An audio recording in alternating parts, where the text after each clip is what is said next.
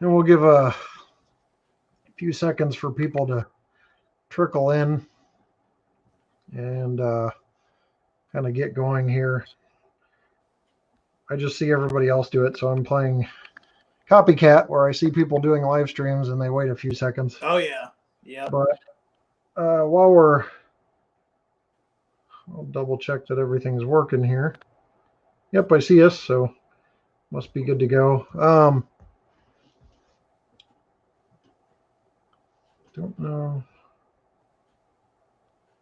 There, we got some comments. Okay, so got a few people in, so I'm going to go ahead and start.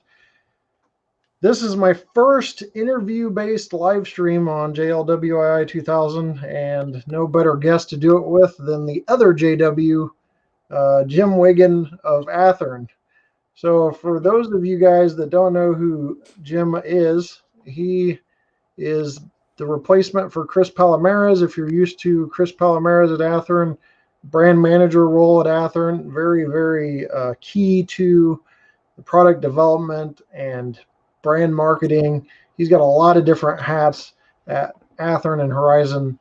But today, we wanted to go live here because all the train shows are shut down for the foreseeable future.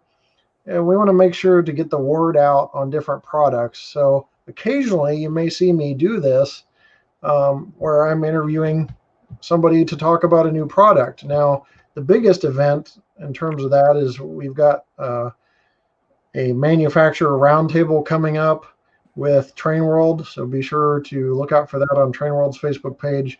We've got things to correlate around the times of the shows, but with an announcement such as what we're going to talk about today, I think it really needed full attention.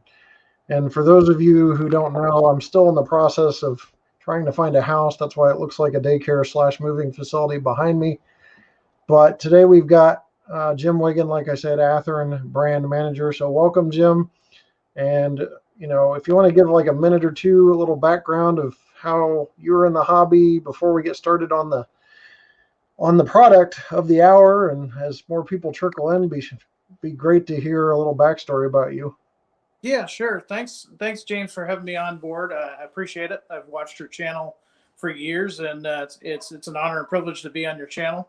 And for your guests and fans that watch the show that have not seen me before, like James was saying, my name is James Wiggin, and picked up where Chris Palomares left off. He's onto some other really cool endeavors, and I wish him all the luck.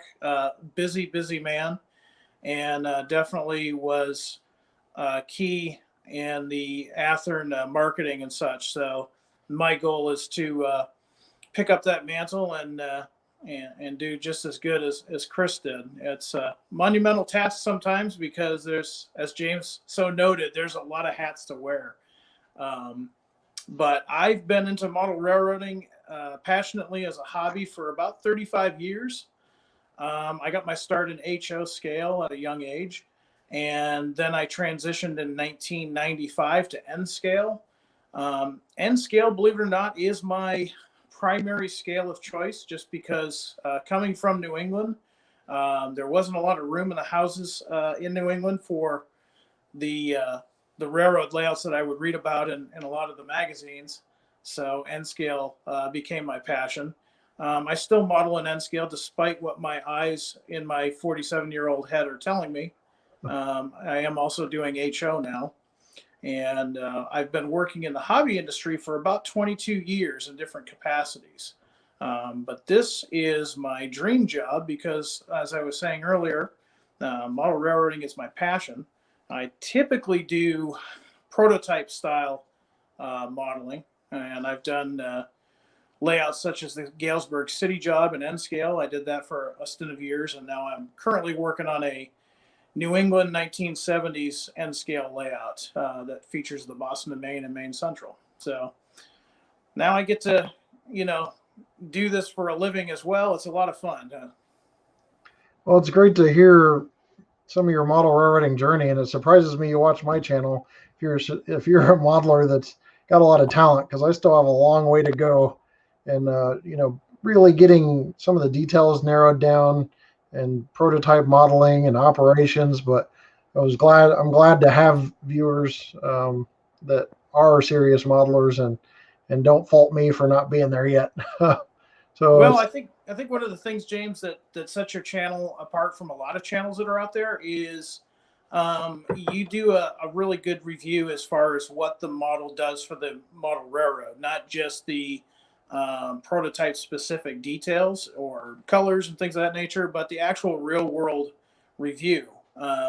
There's plenty of us out there that do have some large layouts and they want to know, hey, is this new locomotive capable of pulling this many cars on this type of grade? And so I think that's what kind of sets you apart, James, and happy to be on board to take part of your channel a little bit. yep. And the product you're going to announce, we'll have that for review and see what it's about. I always unbox it for the first time and let people take the data basically and make the decisions. So with that said, do you want to talk about your latest announcement and how it's Yeah, groundbreaking? And it definitely. was very exciting for me. I saw lots of money going out of the wallet just from looking at the PDF. You know, there is a danger to having this job, and that is wondering if you're going to have a paycheck or not, because it's kind of like working at the candy factory. You get to see all the candy. Yeah, Um, and I try to narrow myself down to a specific time and era, and it doesn't matter. And this is one of those releases that is not remotely close to a road that I model or a time period that I model, but I would probably end up buying at least one or two of these when they come out. I got my new T-shirt on here, kind of get that out of the way so you can see. But SD70ACU. Um, Matt Gentry is the driving force behind the SD70ACU Athearn program. We had a lot of requests for this model over the years. For those that don't know, Norfolk Southern started getting SD90s from the Union Pacific Railroad. And through some work with Progressive Rail, they basically updated these locomotives. New engine, new electronics, new cab from an SD70 Ace. Basically, just kind of refurbished these locomotives. And I don't know if you know, James, but I remember when the 90s came out. It's been about 25 years now. So, when they first came out, they seemed real modern and everything. And it's hard to believe that it's been 25 years since those, first came out. A lot of them were getting tired. A lot of them had some minor maintenance issues. So Norfolk Southern, they went ahead and rebuilt them and called them the SD70ACUs. Very successful locomotive for Norfolk Southern. So our neighbors to the north, the Canadian Pacific Railroad, contacted Norfolk Southern and Progressive Rail, asked a few questions, and so they too decided to take some of their former SD90s, convert them to SD70ACUs. For environmental reasons, they were actually able to get a much better environmental rating. I believe it was a tier 3 and then a tier 4. They upgraded the electronics. And, honestly, both the Norfolk Southern and the CP Rail, they look great in their stunning paint schemes when they're new. I mean, they look sharp in that black with the white horse, and the CP Rail with that bright red and the beaver logo. But CP was like, you know what, we're going to take it one level more. So they came up with a heritage unit, and it's the old maroon and gray that was popular in the 60s and earlier. And they also did some military versions as well. Currently, they did a Air Force version, they did an Army version, they did a naval version, they did a more modern Army version rather. So as Matt was telling us on Friday, we had the SD70ACUs ready to go last year. But when we found out what CP Rail was doing, we kind of wanted to get involved with that too, because we know modelers like special paint schemes and things of that nature. So we worked closely with CP Rail for well over a year. Got actual paint samples, diagrams, things of that nature to make sure that these locomotives are as accurate as possible. One of the things that I learned from Matt, and if you guys have seen Matt at the shows or if you've seen him on any one of the shows online, you'll know that Matt is very, very in tune and has an eye for detail. What amazed me was one unit for the Canadian Pacific in a certain paint scheme would have the door latch and lock mechanism on the nose in one location, and then on the next one it would be in a different location. So that's how minute the detail is on these new SD70ACUs. And it just so happens I've actually got one here. I'll step out of the way here, and cool. I'm going to zoom in here. I'm going to try to give you most of the screen if it lets me. All right. I don't know if that's me big. I want the other. Let's see.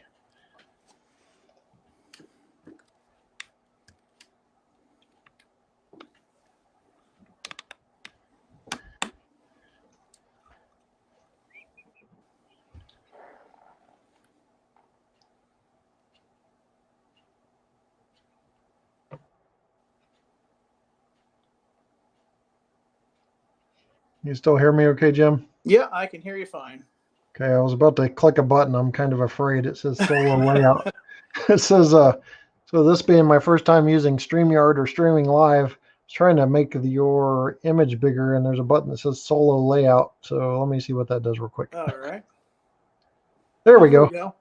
All right. I'm actually going to move back a little bit so we can get that in the view a little wider. And, of course, I'll get my shadow out of there. And so this is the pre-production sample. This locomotive represents the Norfolk Southern version. You can't really see too close, but the Norfolk Southern has a different antenna farm on the cab as seen here. This is going to be Genesis 2.0, so it's going to have the rubber MU hoses. It's going to have LEDs, Tsunami 2 sound, of course. A lot of upgrades that we haven't offered before. And again, this is all new tooling. We have never offered this before. The SD70ACU is pretty much, we're going to be the only guys that have this locomotive. And I'll tell you what, I'll go ahead and fire it up so you guys can hear it run. Okay.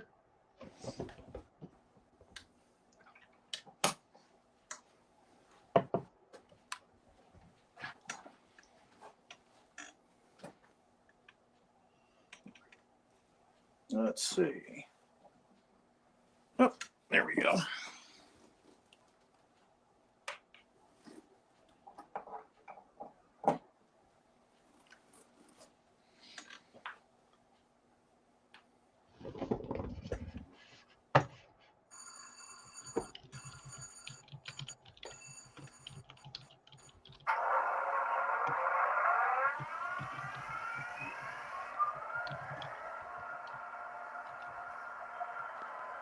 And we'll go ahead and turn our headlights on.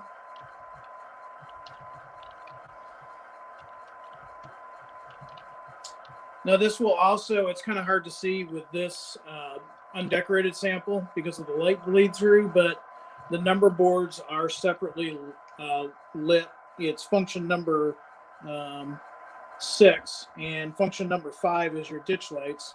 Mm-hmm. You can also dim your headlight. This will also have running board lights and the truck lights.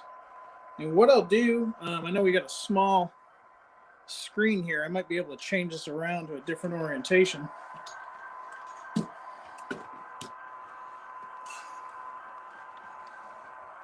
Yeah, there we go. I'll back this up a little bit, and I'll show you one of the features that the Norfolk Southern has. Okay.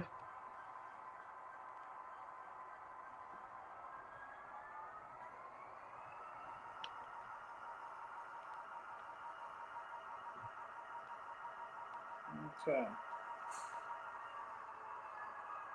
So going forward, anybody that watches Norfolk Southern, this will look familiar to them. Yep.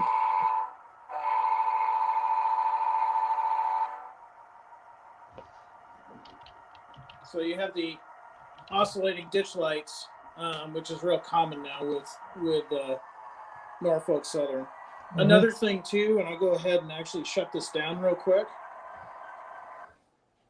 Another thing that we did with this particular model is, per the prototype, we have working ditch lights on the back. I'll kind of zoom in on there for you.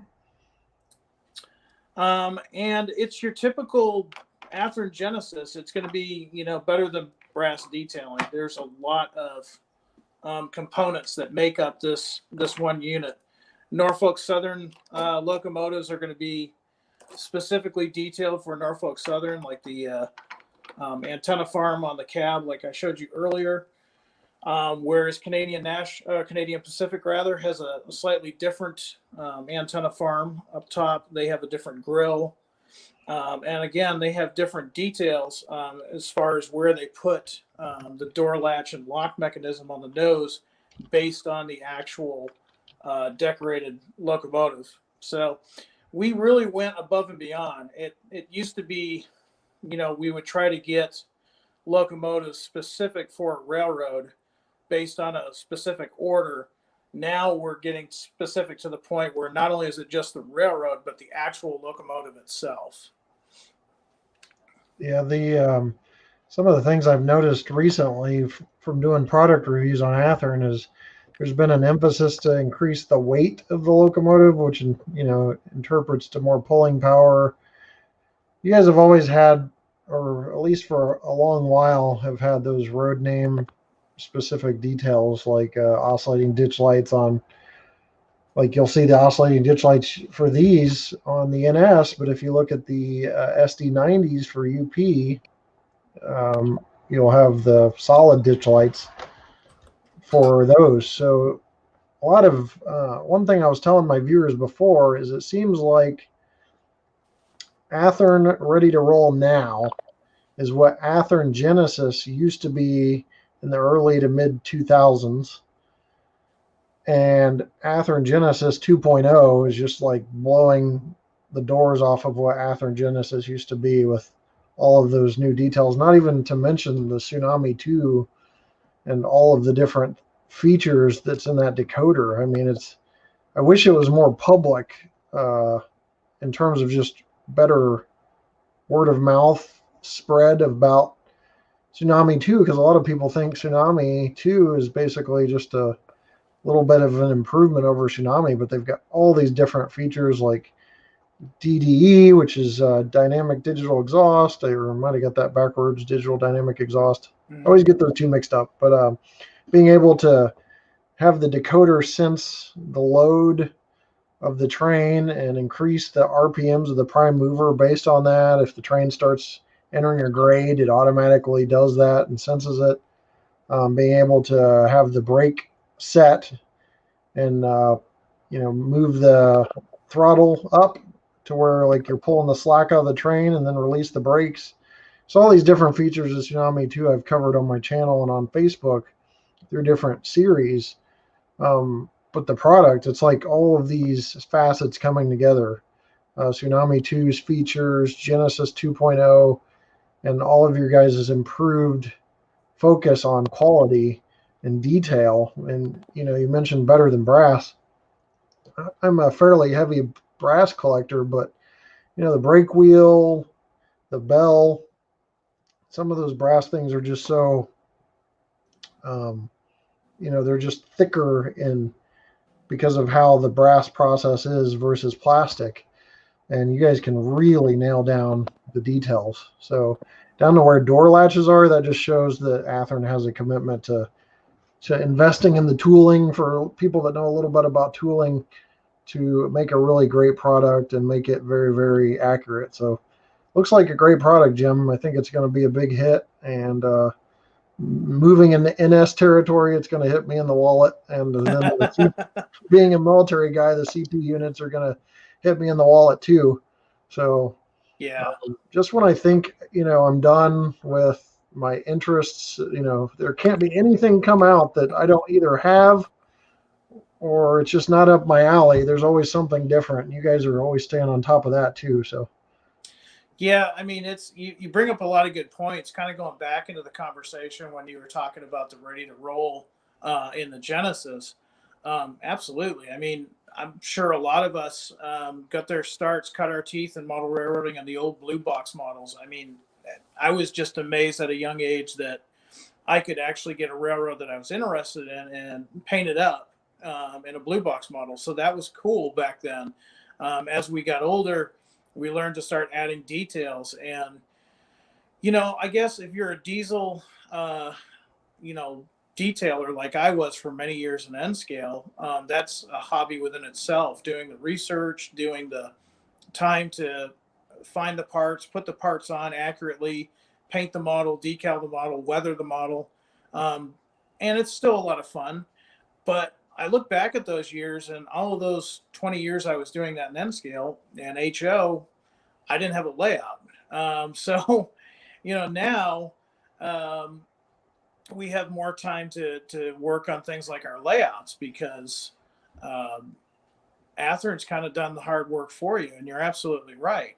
When Ready to Run came out years ago, it set a standard, and the standard of what our customers wanted, it evolved as well. So we had to keep the evolution of the models in tune with what our customer demands were.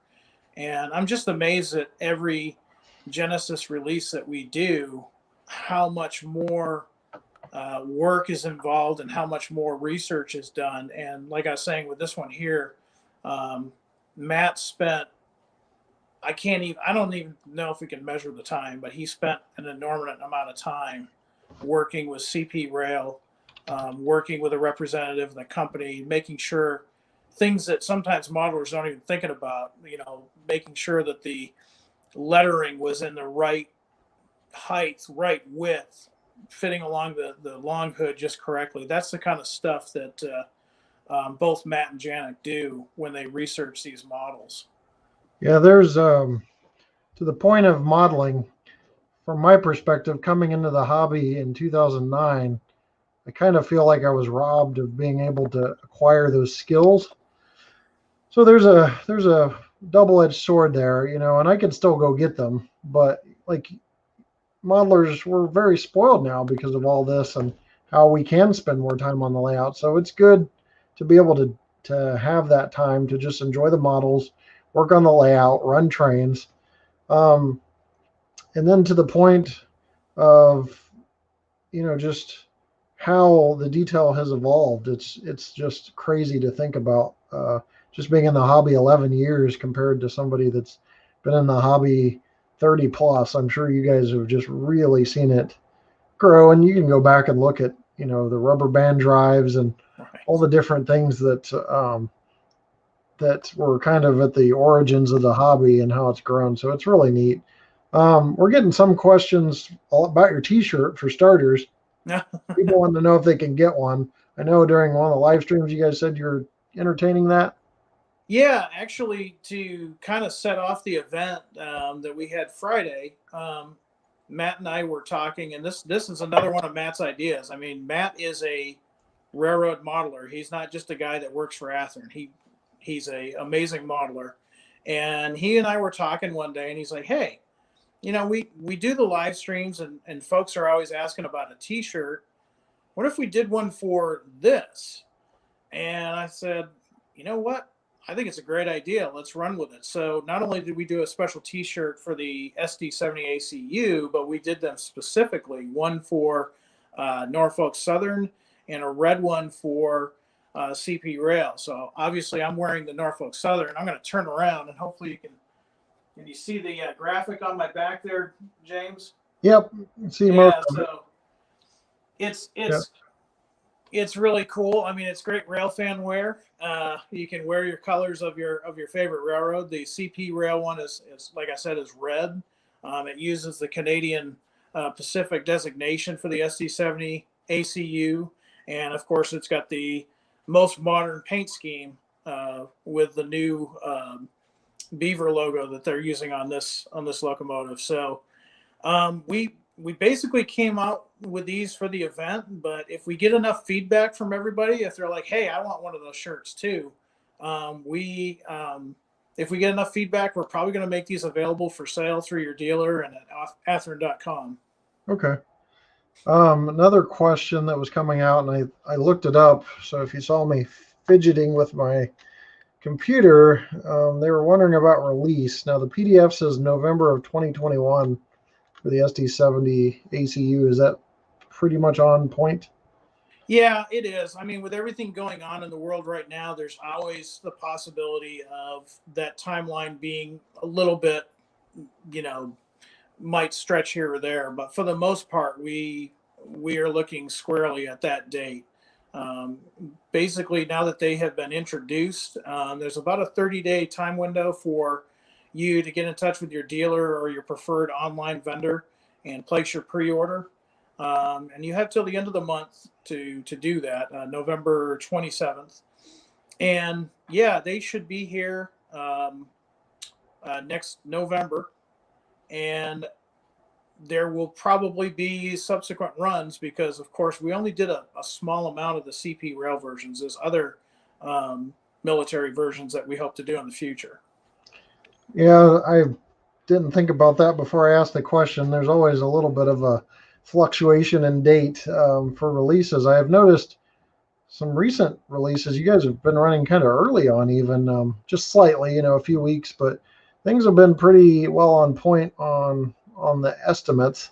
But with going into winter, who knows what's going on with the fun of COVID? So we'll see what occurs with that. And to your point, Athearn.com is where you'll go to kind of, if you go to Athearn.com and then you go to the top, you'll see a little area for what's new. And that's where you can keep up to date with all of the announcements and what's coming out. So a lot of times when I place pre-orders, there's a flurry of different sites I go to, but for Athearn specifically, I go to Athearn.com. And what's new, you can literally just read back from the top, which is the most recent, back through the releases. And if I get to about a year, I'm like, oh man, did I pre-order everything I need to do or whatever? Yeah.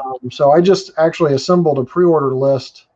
I hope I saved it when my computer died, but had a huge pre-order list for items just coming out in the next year, rolling stock and different locomotives, to make sure that I have them for my modeling taste. So that's a good way to stay on top of pre-orders, and then call your dealer or email your dealer or the dealers that have interfaces to their websites for pre-orders.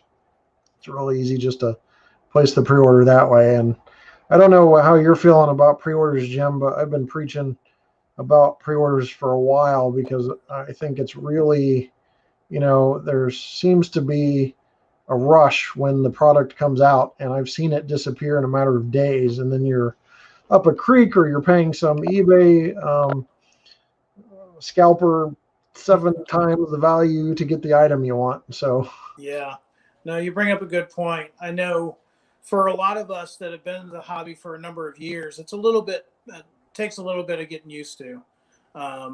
Now, it's a double-edged sword. In the old days, sure, you could probably go to your corner hobby shop and pick up a blue box model. And if you picked up a, MKT GP38-2 today, you could probably pick it up tomorrow or the next month for that matter.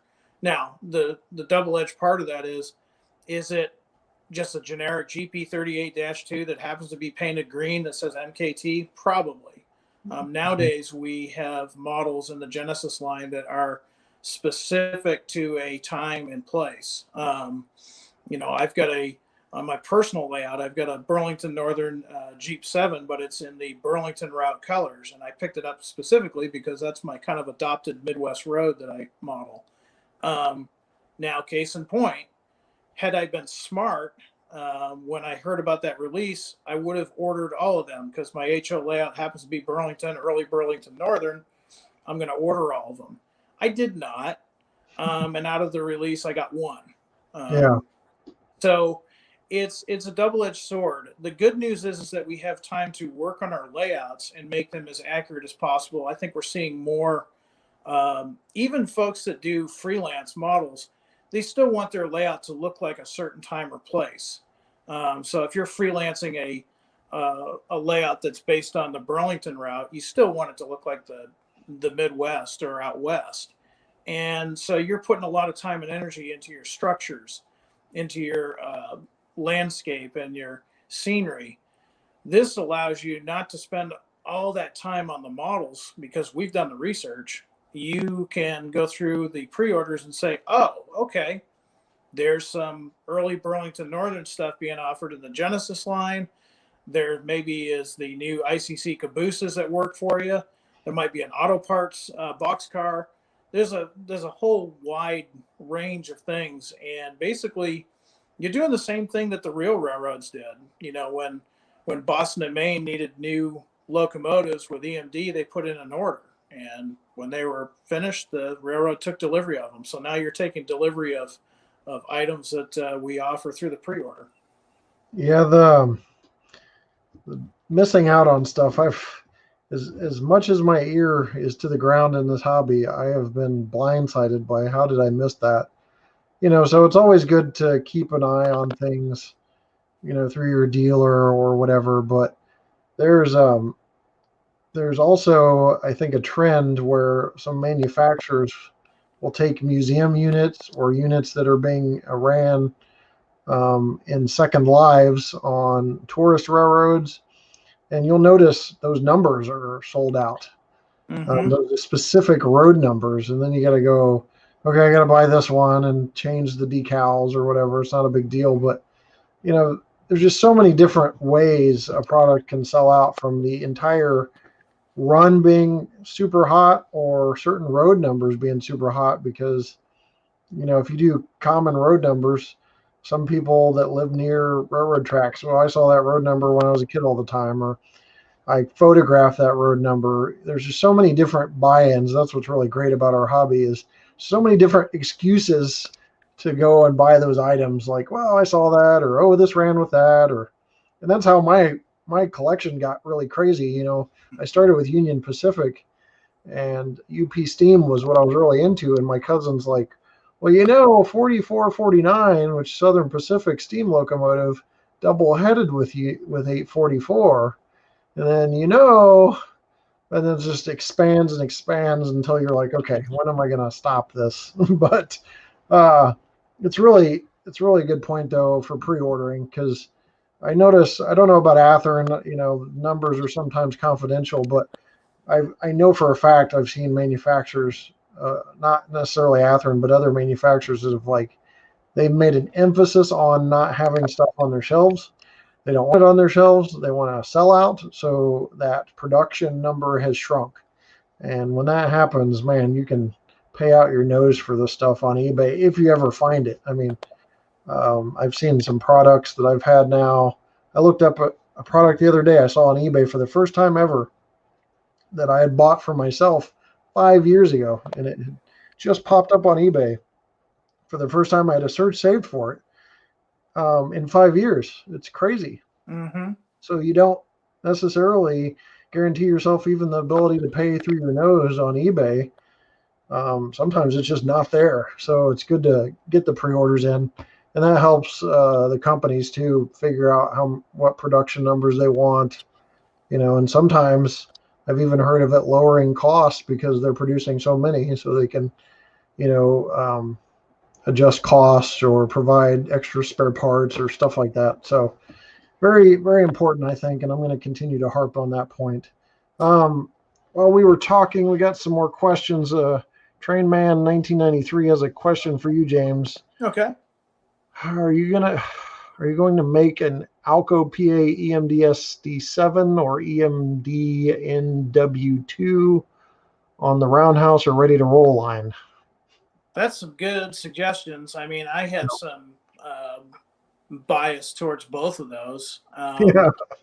Yeah, and I mean, you know, one of the things too that if you guys that are watching this tonight, if you've never watched us on Train Tuesdays, every Tuesday at 3:30 Central, myself and Janik and sometimes Matt, we have a show. Basically, we show what's new for this month, what's being pre-orders.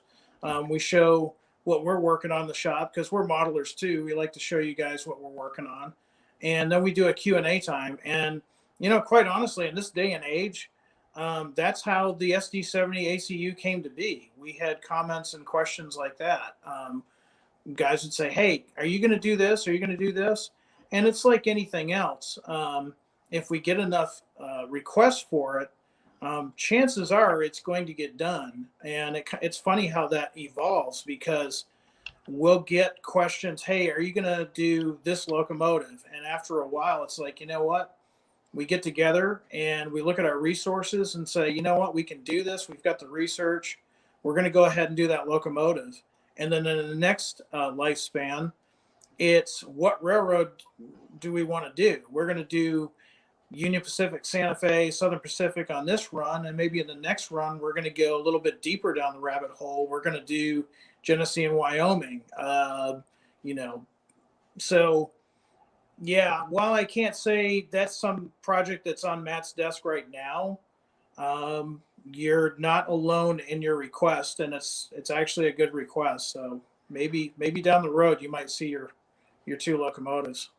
Yeah, let's talk about Train Tuesdays for a second, because I did want to bring that up. It fields a lot of Q&A, and I don't mind any Q&A here by all means, but I do want to give people the directions to get to Train Tuesdays. So, and I actually looked this up yesterday just to make sure I was right. So facebook.com/Athearn Model Trains will get you to Athearn's Facebook page, and then you can sign up to follow them. And for updates, you'll get notifications for live streams. And then youtube.com/Athearn Model Trains is where you'll also find the Train Tuesdays. Now, the only piece of this puzzle I didn't research, James, is if that's posted live there at the same time or if that goes uploaded later on YouTube. Yeah, that's actually a great question. We have a lot of folks out there that work different hours, and they want to maybe they don't want to actively take part in the Q&A, but they also want to see what's going on. So we have it archived on our YouTube channel. So if you missed Friday, if you want to see more in depth about the ACU behind me, it is archived on our YouTube channel. Typically what we do is every Tuesday at 3:30.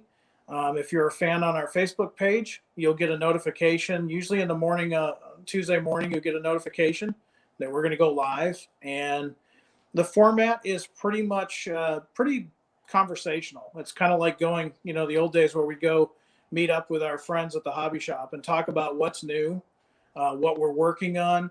And something that's been real fun for us at Train Tuesdays, we do some virtual rail fanning.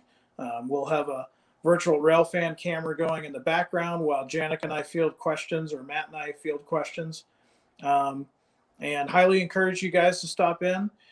One thing that we do like to do with Train Tuesdays, we also have a special announcement live feed that's once a month. It's the last Friday of the month.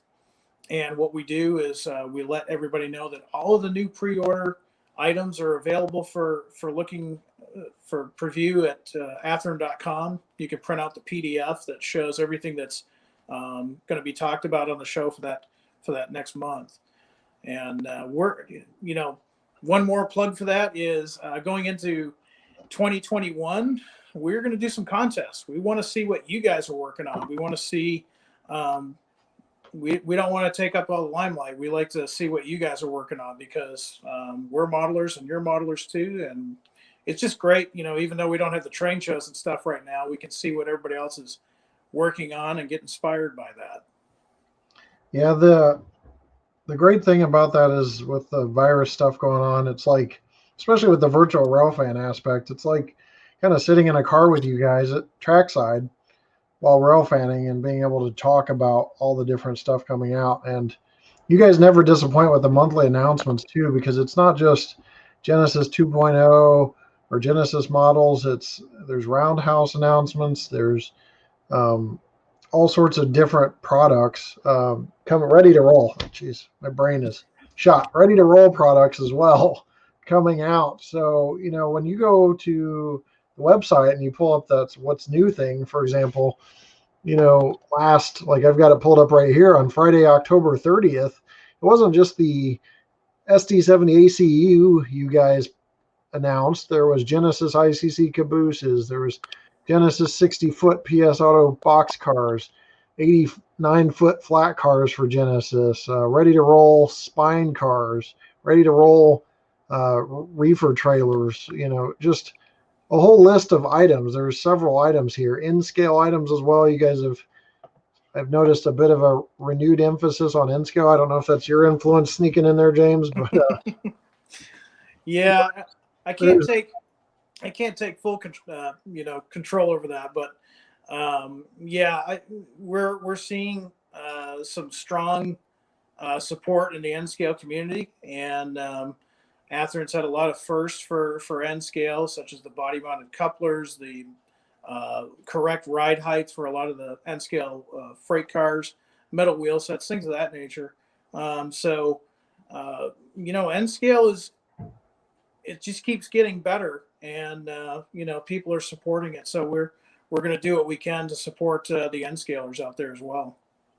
yeah, it's I'm not up on what Soundtracks has done with in-scale, but I know the last time I heard a locomotive with the in-scale Soundtracks decoder in it, I was just impressed because, again, 11 years ago, it was very rarely, if ever, heard about that an in-scale model had sound and DCC out of the box.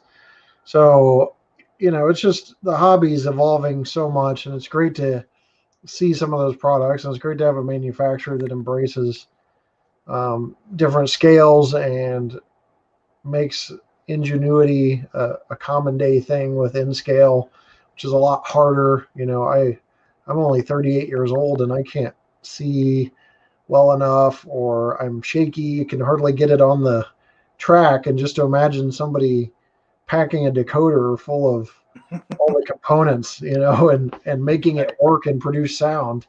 And one thing we forgot to talk about on the sound, Jim, is for both, mainly the HO scale SD70ACU.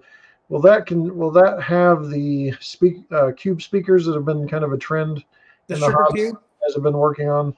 Okay, because Yeah. somebody asked about that. Yeah, it's actually going to have the dual sugar cube, which is something that we started doing on a lot of our Genesis offerings. What that does is it gives you a much richer sound, a much more prototypical sound. And it's funny, James. I mean, with everything going on in the pandemic, everybody at Athearn is working from home, like a lot of us are right now. So you're talking to me in my railroad room, which is now my railroad room, video editing room, and office. So I'll have the locomotive sometimes out here behind me running. And since I'm an active rail fan, it's spooky sometimes sitting in here thinking, am I in Galesburg at the yard, or am I in my office? The dual sugar cube speakers are just amazing. Yeah, it's a really great sound. Even you guys may see it on my channel, but I've had a flurry of Athearn reviews lately. So the next one is the SD70, and it's just the SD70M, another variation. But I reviewed the SD45-2U, I think is the correct designation. Just the sound from those locomotives. There's no baffle rattle. It's crisp and clear, and it's just the best sounding Genesis stuff I've seen yet is hitting the market now. Reed Rail Productions was wanting to know, with the recent craze on CN heritage units, were you guys considering those? I don't know if you see those, like they've got Grand Trunk Western and. Yeah, there's some cool stuff. I mean, we have definitely noticed. I remember the weekend that I started seeing that on my own, and naturally, again, Matt, Janik, myself, even our category manager Mark, we're all model railroaders. So we were texting each other that weekend, like, "Hey, have you seen this? Oh, cool. Have you seen this? Oh, I like the Grand Trunk one." We're just geeking out, just like anybody else would. Yeah. And it's something that is definitely something that we're looking into. Definitely, if you're interested in those, you're gonna want to stay tuned to our announcements monthly, and I'd say it probably would be sooner than later. Okay, and then I got a question for you just on timelines. Mm-hmm. Say, Union Pacific put out a JLW locomotive, which is not going to happen, but and you guys, it was an SD70ACE. You guys already have the mold and everything to put that paint scheme on the locomotive and say you're going to announce it, and you've made the decision. How long from you see the locomotive to you make the decision to release? Is it about a year or so if it's just a paint scheme? Sure, that's a great question. Most folks that watch Train Tuesday, they're familiar with Janik. Janik, what he does is once, let's take for example the Dash 9s that came out this past August. We announced the Dash 9s. We did an initial run. We did some BNSF. We did some Norfolk Southern with the Spartan cabs. We did pretty early roads and paint schemes for the Dash 9. What Janik does is he sees what's available as far as the Dash 9, and he looks for other roads. So we might not want to do BNSF this time. We might want to do something different. We might want to do a lease unit since those locomotives have been out on the road for a while. So he is the man with the library. He goes through his many different sources, makes sure that we have the detail parts already made that will work with that specific locomotive. He'll come up with the paint schemes. And at that point, he comes to us. We have a meeting and we discuss the trends that we're seeing online, the comments that we get from folks that watch our channel or just email us. We try to decide which road names would be the best for that second release. Artwork is then drawn up. It's all approved. It's all checked. So it's not just one set of eyes that's looking at it. We really do try to make sure everything is accurate. And then once that is sent to our manufacturing process, it typically takes about a year. And the reason why, people think, well, why does it take a year? It's just like any other type of manufacturing process. The line is set up for what's being built right now, and they have to get that in the queue. Once they get that in the queue, they know after a certain amount of time, they can produce those units and those road names that we had talked about earlier and ship them. And sometimes, like you had noted, sometimes they actually get ahead and stuff gets in here a little bit sooner than what we originally advertised, which is always good for us, since I don't know about the other modelers out there, but I can be kind of impatient sometimes. Yeah, it's worth noting that it's not really the fact that the model, especially if it's just a paint scheme, takes a year. It's just that all the other stuff that's in line to be made takes time. And then, another point I think about that I think deserves mentioning is the process. I mean, whether it's initial concept of an all new locomotive that hasn't had the tooling made for it, or if it's a paint scheme, all the people, all the processes that go into that, and it can be ruined by the very last step if the FedEx guy decides to play soccer with your package. Yeah. Or the UPS guy's having a bad day. You've probably seen the viral videos where the guy slips on a pumpkin and just starts breaking everything. It's crazy to think about the amount of hard work that goes into it. So there are cases where you get an item that has a broken windshield wiper or a sun visor that's come off, and my suggestion is just put it back on, because that's the one little thing that didn't go right in a process with 100 different steps or more. So yeah, I mean, you bring up some good points, and something else that a lot of us, especially as modelers, we don't think about. It's a manufacturing thing. So, like I was saying, the SD70ACU is all brand new. This is all new tooling. And so as a modeler, you're thinking, great, it's a new locomotive, hop to it. Let's get it on my layout. Some of the things that we don't think about is we can't put this in the same box that a GP9 or a Dash 9 would be in because of what you're talking about, the potential for damage to these models. So even the thing that we don't even think about sometimes, the little plastic clamshell that's designed for each locomotive specifically, that takes time of engineering the different foam inserts so that when this model is completed and put into that clamshell and you get it to put it on your layout, it comes to you in perfect shape. So yeah, there's a lot of moving parts in the manufacturing process, and it usually starts with talking to our fans and seeing what they want done, and then doing the research, which Matt spent, like I said, a long time in research. Sometimes it can take years depending on the model that we're working on.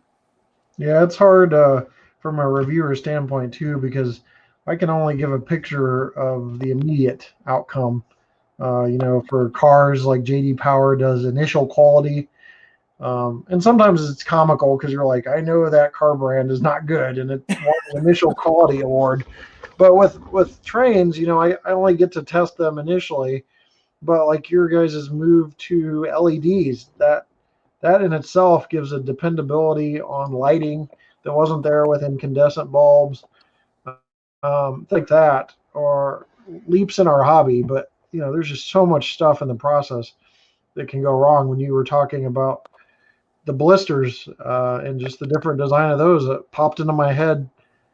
All the amount of trains sitting in containers shipping from overseas, and the temperature fluctuations, humidity fluctuations, and what that can do to etched metal pieces and things like that, and how you guys design around that. There's just so much I've learned in my short time in the hobby. I remember I talked to Brian Marsh of Overland Models at the beginning of my time in the hobby, because I was emailing Overland Models asking for something related to a brass item I bought. And Brian Marsh responded, and it says in his signature line, President of Overland Models. And I was like, oh my gosh, sir, I'm so sorry. I didn't expect a personal answer from you. And he's like, dude, it's me and my wife, man. So even how many people work at the company, and how much, there's this picture of, there's thousands of people at Horizon or Athearn, and why can't I get my this, that, or the other answered or fixed immediately? There's a process. Or why can't this product be released immediately? It's because there's a process, and it's not this gigantic corporation up on a hill. So me and Chris Palomares used to joke about everybody thinks the model train people are fat cats with cigars and cognac, laughing about how much money is being made. So a lot of the tooling costs, there's estimates out there that a piece of rolling stock is approaching 6 figures for tooling, and locomotives are $150,000 to $200,000 for tooling in some cases. It's a lot of money and stuff that goes back into the hobby. So it's crazy. See, Reed Rail Production says he has another question. I'm not sure what it is. They talk about some other questions. Metra Heritage locos. Somebody was suggesting those. You don't have to answer all this. It's up to you. But because I know some of it's like it's on your radar, but it's not planned. But if I say something that you want to jump out at, by all means, NP Z8. Somebody wants a rerun, or wants to know if there would be a rerun on those. Montana Rail Link is rumored to have a vet unit released tomorrow. Okay, that's interesting. Any news on N-Scale? Dump Truck Dave, we were talking about that a little bit ago. Athearn's got some N-Scale announcements even in late October. They've got N-Scale 89-foot flat car, a 60-foot auto box car in their October announcements, and you can go to athearn.com and then click on what's new, and just scroll back and see all the different announcements, both in HO and N. Yeah. So, see, what are the horns going to be on the SD70ACUs? Do you guys have that planned out? I don't have that on top of me, but yes, it is planned out. If you go to Athearn.com and go to the new announcements, we actually detail each locomotive, what the road number is going to be, and specific details for that locomotive so that you know. Okay, yeah, the PDFs you guys can pull up, and it really, even if you just want to search out, use the Control F function and search out keywords you're looking for on these locomotives, you can find out anything you want, or you can read the whole PDF. So like I can Control F 2.0 to see if it's a Genesis 2.0, but it's usually right there in the title. So Yeah, there's a lot of different questions here. Will Athearn make NS SD70ACUs with MU receptacles for helper service? I don't know if you know about that one. Yeah, I don't know about that. Yeah. One of the things that we can address too, and we get questions like this all the time on Train Tuesday, and Yeah. we get a lot of requests for specific locomotives and specific paint schemes, roads, specific eras. I mean, that's one of the beauties of the hobby is you can have something, say a GP38-2, which came out in the early 70s and is still working for, it could be working for your local grain elevator in town in modern times. So in between, it could have been lived on a variety of different roads. So we can come out with a locomotive like a GP38-2 or a Jeep 9 or even a SD70M and have the opportunity to do all kinds of different road names. Now, talking about that queue that we had earlier, we have to get things into the queue. And folks are like, hey, are you going to do my model? Oh, I don't care about this model this month. I want this model. And what I usually tell folks is A, yes, we are listening. And B, we're kind of like a radio station. If you think about these locomotives as like a radio songs that you hear on the radio, you might not like the song that's playing right now, but trust me, there's somebody else out there that's listening that does like that song. And guess what? Your favorite song might be the next one that's played. So Right. we are watching. We get a lot of input from our fans and customers, and quite honestly, it does make choosing the next road names a little bit easier because we're not going to want to, come up with a road name that nobody's going to want. We want to do stuff that people actively want to buy. Yeah. Hopefully, people take it from my perspective on announcements. When I see an announcement I don't want, I breathe a sigh of relief to a certain extent because I'm like, okay, I don't have to. There's no funds going out the door. And then when something does, it allows you a little more time to save or to have the money aside for when something is really just going to blow the doors off your wallet. Um, when the Norfolk Southern Heritage units came out, oh Mm-hmm. like holy smokes, Yeah. 10 SD70ACEs from Athearn. I wanted sound, obviously, so you're talking a $3,000 bill before dealer discounts, but just gives you the opportunity to save more and look forward to something coming out that you do want. And it doesn't always have to be what's up your alley, because if it is, I mean, it's going to cost you tens, five figures at least every year if everything that's coming out is up your alley. Yeah, that's true. All right, Jim, I know you got a family and I do too, and I appreciate you taking time in the evening to spend with us. And we got a couple of minutes before we hit the hour mark, so I'll leave you with one question that's probably going to be the toughest question you've ever heard in your career. Okay. Would you consider bringing back horn hook couplers?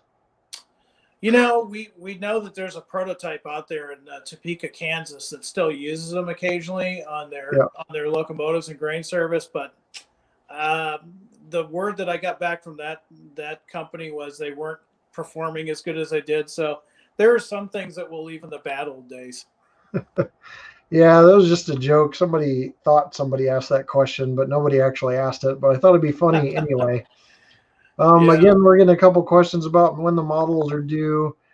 They're looking at November 2021. We're got about a minute left, so I got one more question because I want to get you a little bit of a hard-hitting question in here. Sure. Dirk wants to know about pricing! Exclamation point. What goes into pricing, I guess, in terms of the models? I know the Genesis 2.0 is about a $39 MSRP increase over the Genesis, but I noticed that there's still Genesis locomotives releasing with about a $299.98 with sound MSRP that's been around for a while. So if you want to just kind of go over a couple things that factor into pricing before we go, I'll let you do that. Absolutely. Yeah, and that's a great question because we're all on a budget. We're all on a budget, and we're trying to see what our dollar gets us. We take that into account at Athearn, and there's a lot of things that folks don't know about in the background. With a lot of the Genesis 2.0, we're pushing the boundaries of injection molded process with the plastic and giving you those minute details that are not only specific to the railroad itself, but in the case of the SD70ACU behind me, specific to an actual one locomotive on one railroad. In order for us to get you that type of fidelity, we have to do more research, which costs money. In this case, we work very closely with CP Rail. And the other things that we don't think about is like the blister packaging. That's not an off-the-shelf item. It's something that we have to have engineered, and that has to be paid for. We try to give you more detail. We try to give you more, thanks to working with soundtracks. We try to give you a decoder that is a lot more capable and able to be fine-tuned to your liking. I'm sure we've all heard people say, you know, back in the old days, you know, such and such was this much, and that's true. I can give you a real world example. The 2021 Ford F-150 is approximately $8,000 more than the 2020 Ford F-150, and that's because of all of the technology and safety benefits they've put in the new model. So it's like anything. We're gonna continue to make the models more detailed, make them more prototypical, and we try to watch the costs as best as we can, but we still need to pay the engineers and the research and things of that nature. So that's where the cost is coming from. We're trying to deliver better models for you. Yep, and I definitely have learned a lot about pricing lately.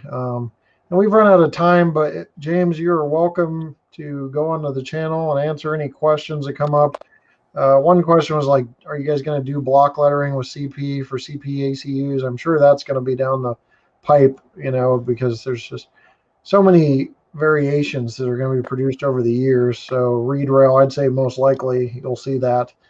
But we're going to wrap this up because you've got a family, and I know you have a passion for model railroading, but everybody needs sleep and a little bit of decompression time. Sure. And it's about 6:42 in Illinois right now, and 7:42 here. So I want to let you get back to that family, and thank you again for all of your dedication. And it's just not, you know, lip service to Athearn. Everybody I've met in the industry at all of the different companies have a lot of people working for them that have interests, and they just don't know when to turn it off because the hobby line, you know, it blurs with work. And when you're that passionate about something, it doesn't feel like work. So kudos to you guys for keeping it going all that time. And be sure to check out Athearn's live streams where you can ask all the questions you want at facebook.com/Athearn Model Trains. And if you missed the live version on YouTube, at youtube.com/Athearn Model Trains. James, thanks for your time. We will end on that note, and we will see you guys next time here on my channel. Look for the Athearn SD70M review here in a few days. And the channel's still chugging along even though we're moving. I know it looks like a daycare center back here. I am in my kids' toy room because my laptop has went belly up. But we'll be back to normal soon, and we're still looking for a house that fits a good size layout. So thanks, guys. Thanks, James, and we'll see you next time right here on my channel. Take care. Take care. Good night, everybody.